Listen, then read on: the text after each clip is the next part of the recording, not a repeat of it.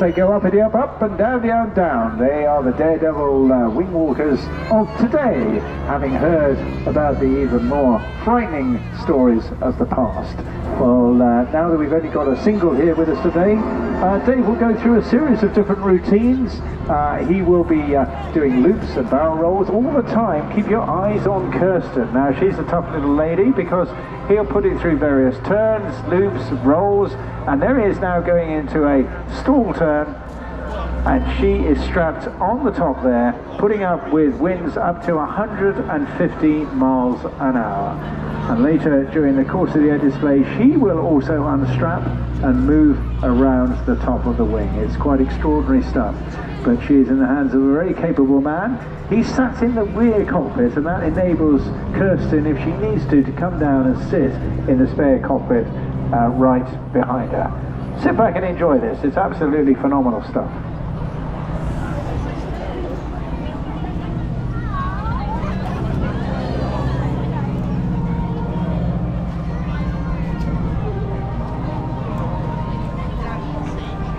So that wonderful roar you hear, that's coming from a 450 horsepower 9-cylinder Pratt & Whitney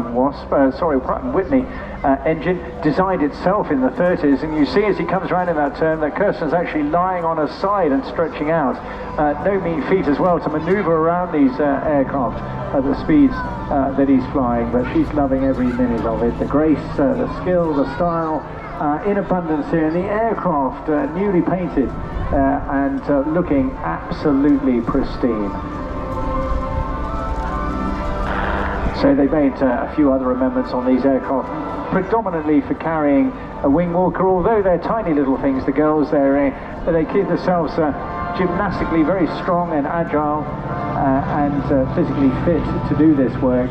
But it does create a lot of drag, as you can imagine. You put anything in the air, just like sticking your hand out of the car window when you're going along, and that's all affects the flying performance of anything. So that's why they put on a bigger engine. Normally, you'd be flying something like a 270, 300 horsepower Continental type engine on these, but the 450 horsepower engine is absolutely superb and hugely reliable. And when he puts all the levers forward, the tips of the propellers virtually go supersonic, and that's when you get that wonderful, wonderful rasping noise coming off the near supersonic sounds of the propeller tips. Kirsten stretching out as she goes through a little bit of a Humpty Bumpty flying there, and of course when he's pulling up in the air, he's putting what we call positive G. And then as he pushes it over the top, that's when the blood rushes to your head as opposed to goes to your feet, and that's negative G. You're going to hear lots about that during the course of this weekend's flying.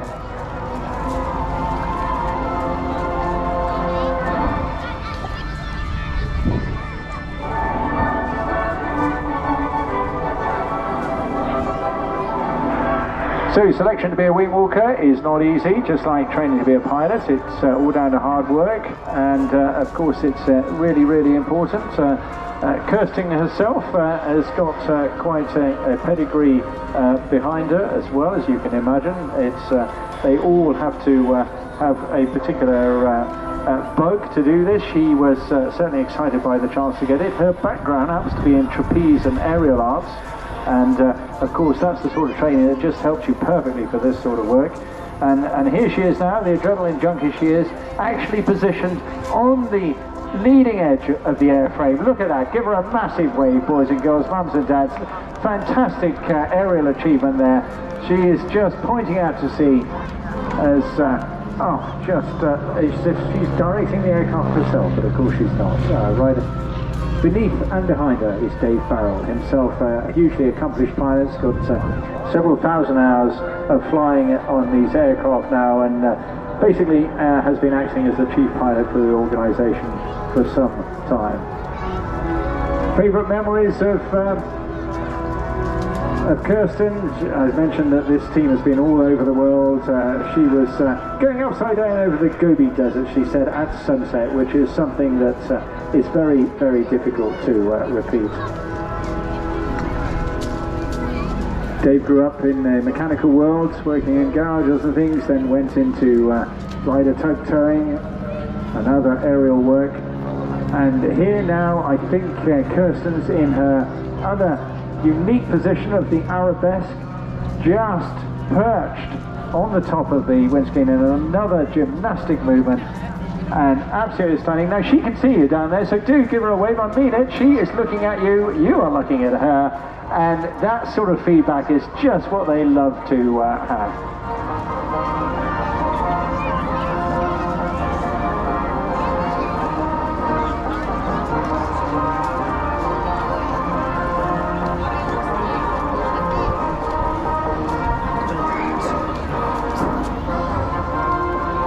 Hoping that they give us a couple more of those stunning fly paths before they move off the stage. Of course, the smoke, we were talking about the environment earlier on. Well, this is not mucky smoke. This is baby oil. It's a derivative of a thing called ondina, and literally you can wash your hands, have a bath in it. Does no harm whatsoever, and it is the most environmentally clean smoke we can find. And this time, I think we've got the arabesque where she's hanging on to the trailing edge there with 1 foot propped. Can you see that? Just 1 foot propped right in front of the pilot's head.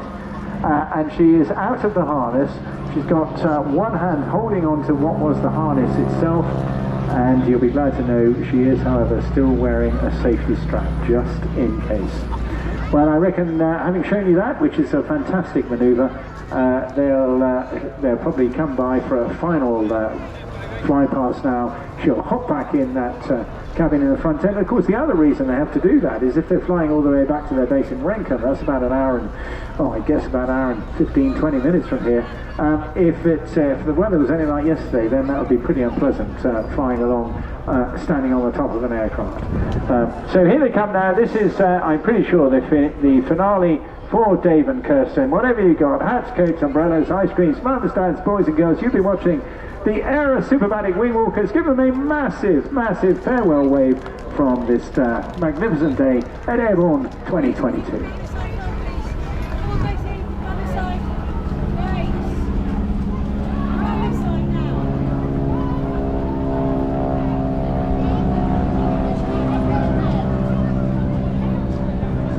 And it looks a little bit slower going this way because that's where the wind's coming from. Of course, it just makes an aircraft look slower than it really is. But what a great beast that is, as I say, lots of extra additions, big thumping great engine on the front. It's got additional ailerons as well, that gives it more agility in the air, but job well done, and let's hope they get the second aircraft serviceable for tomorrow, and you get an even more scintillating display from the aerobatic wing walkers. One of them, as you can see today.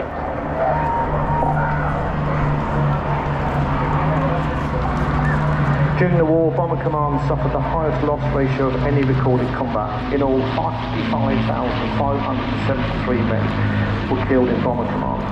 The flight's aim is to commemorate the 120,000 men and women who gave their lives in the service of the Royal Air Force.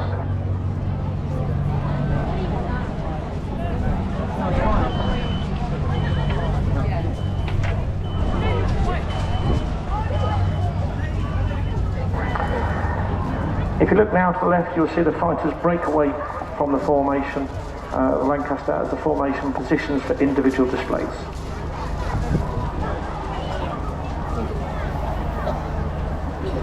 The view doesn't get much better than you can see today.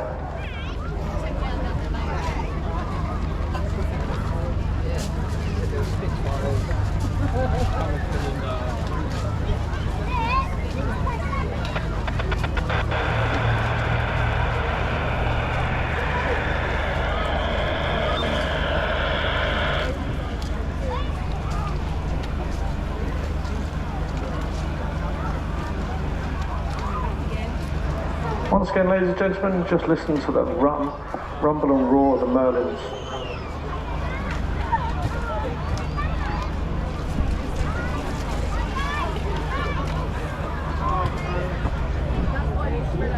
And don't forget to wave.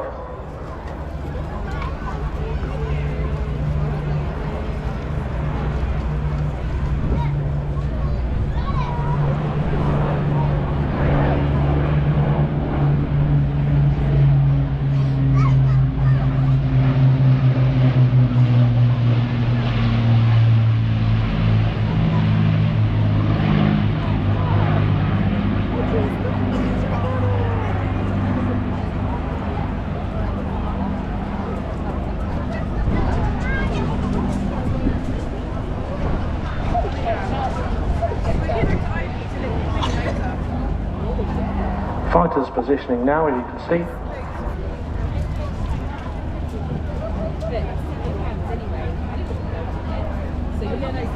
The first to fly down the crowd line will be the Hurricane, followed by the Lancaster, as the Spitfire positions itself for a display from the left.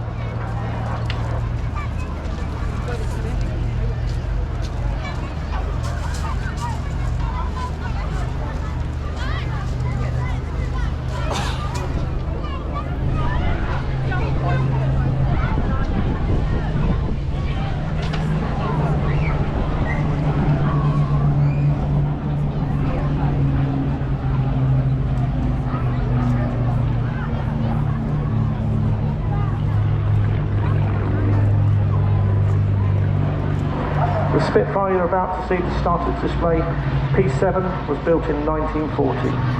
She was the 14th of 11,939 Spitfires constructed at the Castle Bromwich Shadow Factory.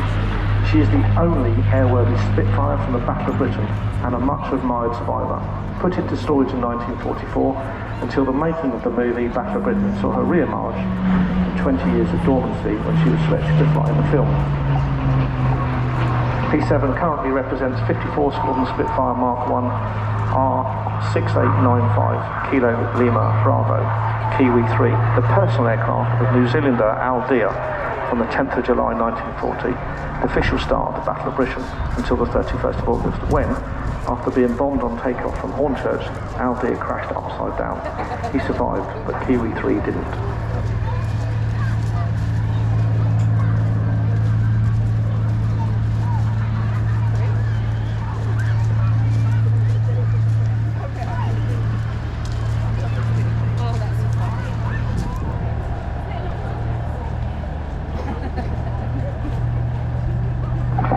Today, P7 is flown by Mark Long, known as Schlongy.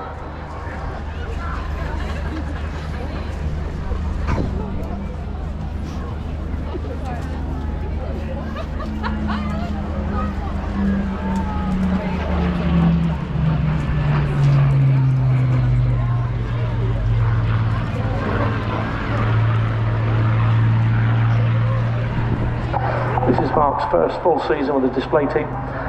Obviously relishing every moment of it on a beautiful day like today.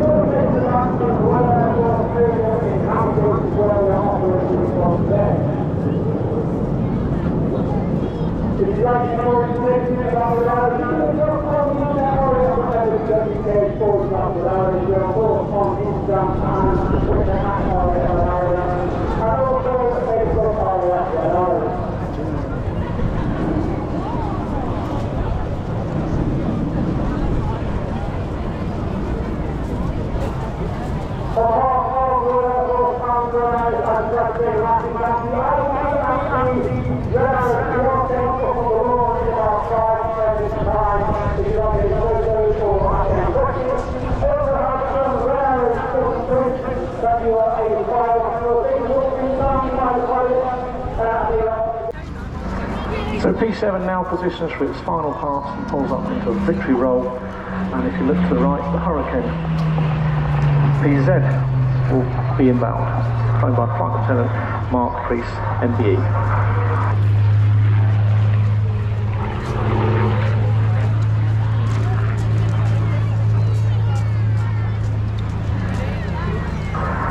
Ladies and gentlemen, the aircraft in front of you, PZ, was the last ever Hurricane built, rolling off production at Langley in July 1944. Inscripted with the words "Last of the Many," which we still keep over the multitude of paint schemes. In 1950, she entered the King's Cup air race, achieving second place, flown by Group Captain Townsend. And then during the 1960s, she was flown by the famous Bill Bedford, OBE, AFC, and appeared in the Battle of Britain film. So you have two aircraft today that are in the Battle of Britain film. PZ currently appears in the all-black night fighter colour scheme, replicating Hurricane Mark II BE634, coded Zulu Yankee Victor, a 247 squadron. The squadron Hurricanes were used for night air defence of Plymouth and Exeter area and for night intruder operations against targets in the northwestern France. And who knows, many years ago she may have flown in these very skies.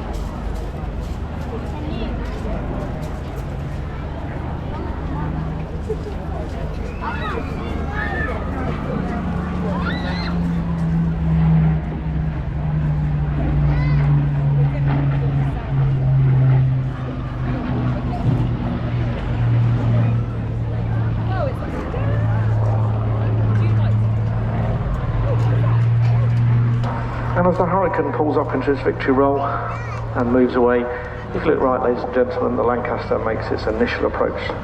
Flown today by Flight Lieutenant Seb Davey and his crew.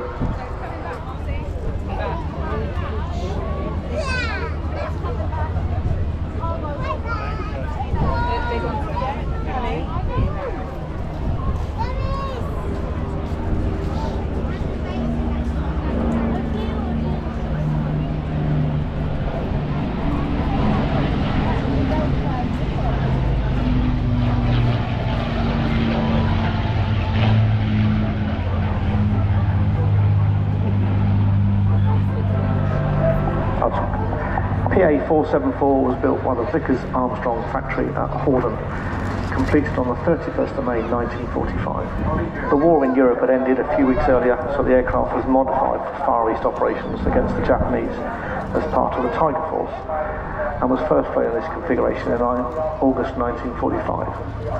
We on BBMF benefit because she has larger radiators and allows her engines to stay nice and cool and preserve their life. Combat operations in the Far East also ended before the aircraft could be deployed, and instead it was stored with just 3 hours and 10 minutes on the airframe. PA474 is now painted on its port side as Lancaster Mark III W5005 Alpha Romeo Leader, with nose art depicting a kangaroo in Wellington boots playing the bagpipes, representing the mixed nationalities Scottish, Australian and Welsh of its crew at the time.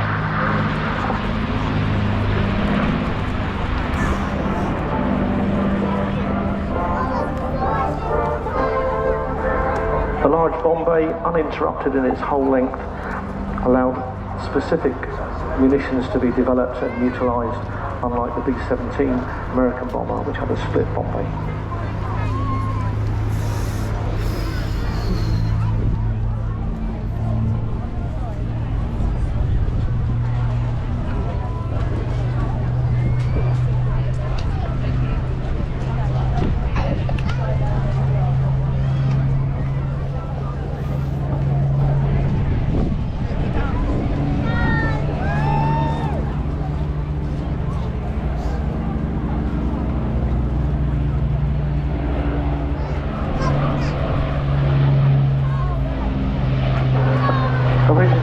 Design with one pilot, one flight engineer, navigator, radar operator, bomb aimer, stroke, forward gunner, upper gunner and tail gunner.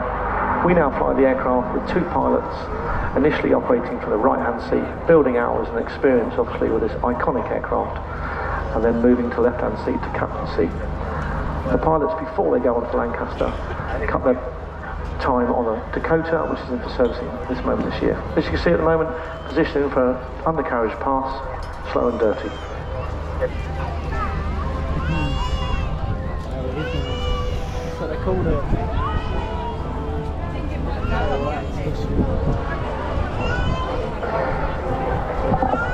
The BVMF has been based at r.a.f. Coningsby since 1976. Coningsby is the home of the Typhoon and has 3 frontline Typhoon squadrons, as well as 29 Squadron, the Operational Conversion Unit, and 41 Squadron Trials Unit. Whilst the BVMF has 12 aircraft and 5 different types, it only has full-time 2 pilots and 40 engineers, as well as 4 civil servants. This small team of dedicated people ensure that the BVMF is seen throughout the country from May to September every year. In fact, this year the BVMF is scheduled to appear at around 100 displays and some 1,000 flight passes. And I'll just let you listen to the noise.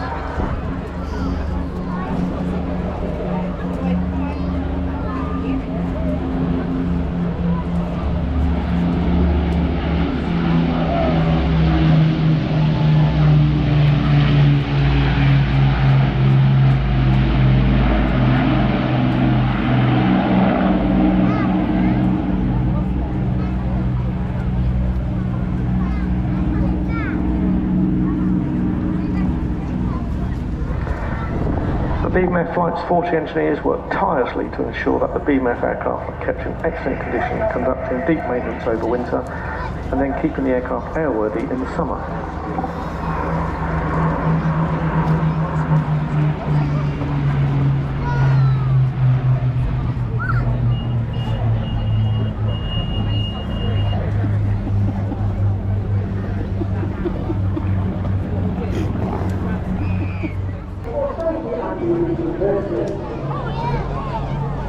You'll be seen now on the series of presidents and fires on Army as years. 13 weeks after years to end Monday, the fires for the children of the leadership. And you got your six and seven hours to be prepared.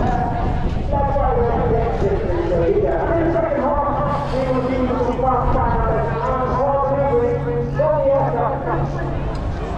Displaying the ability of the pilots on the aircraft. Looking directly to your front, get your cameras ready for the detonator.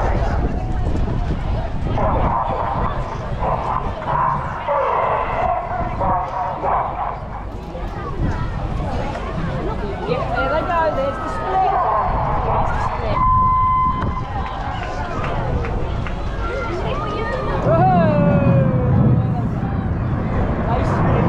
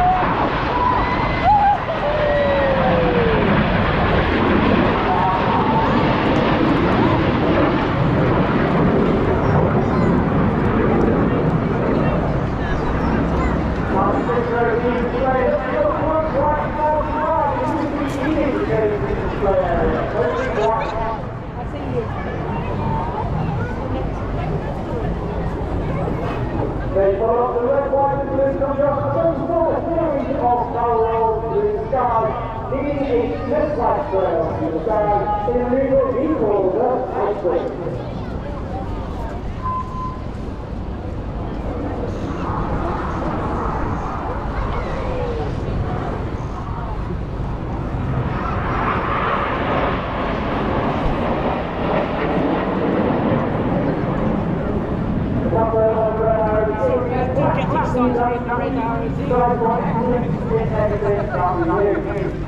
I do apologise. It's been too long, 2 years of missing it, it's been too long.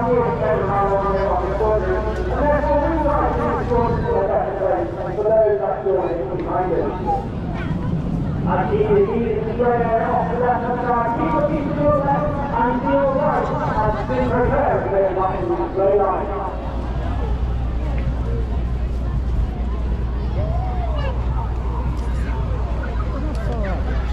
Once again, they're going to the left, so that's what you see there, 82 miles an hour at 100 speed. There's one here.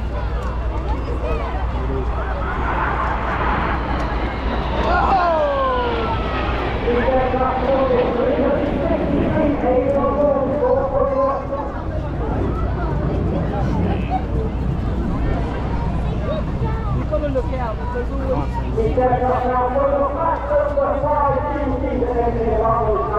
Five times heavier than what you and I are stand on the season. Still keep up to 5,000 feet, being driven 60 degrees going down, and being turned back to Munster in the river Boomerang.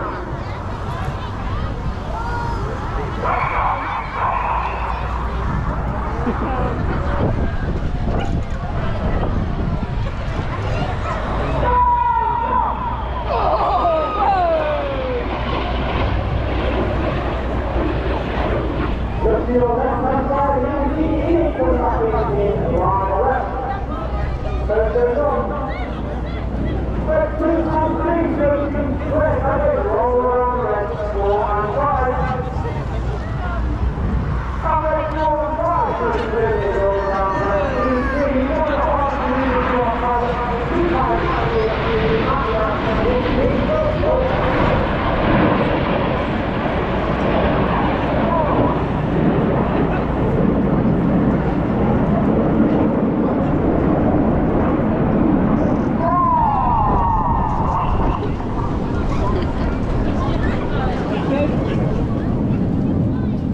to your right hand side, and you will see red 6 and 7 go back in for your right.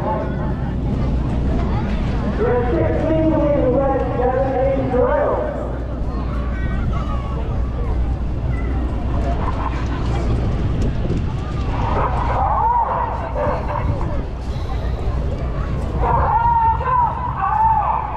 Red 6 falls in Mercy, and you can see the big waves as you slide down the line out. Red 7 and roll around the first side. Red 6.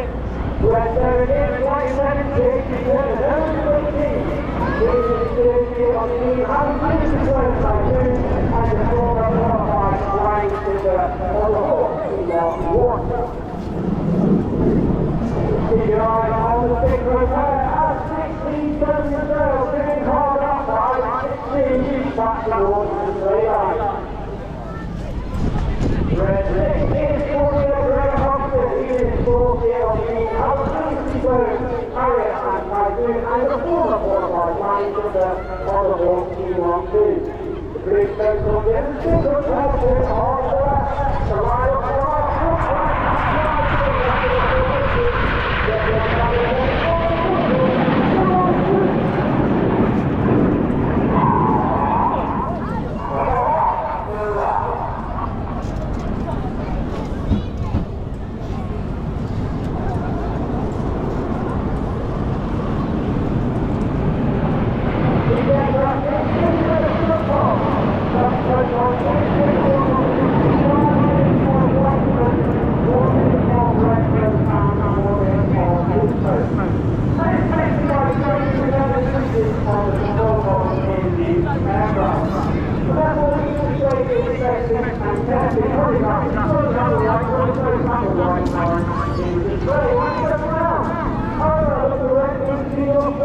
you will see the name like just being compared to the water.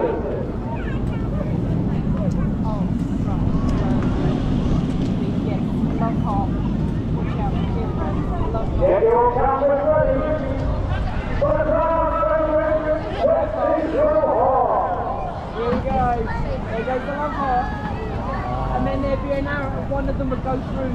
Let's see what you're going to take party with from my dad. You too, boys.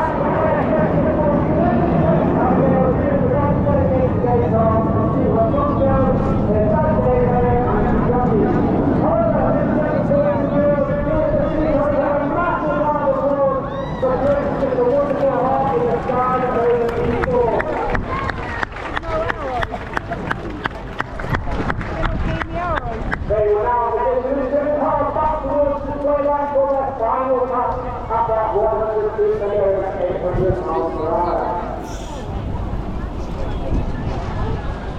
They will get your experience of power of the lead display in area and in the big right in a new round of being by hero of 1 show 2020. This is the Crossroads.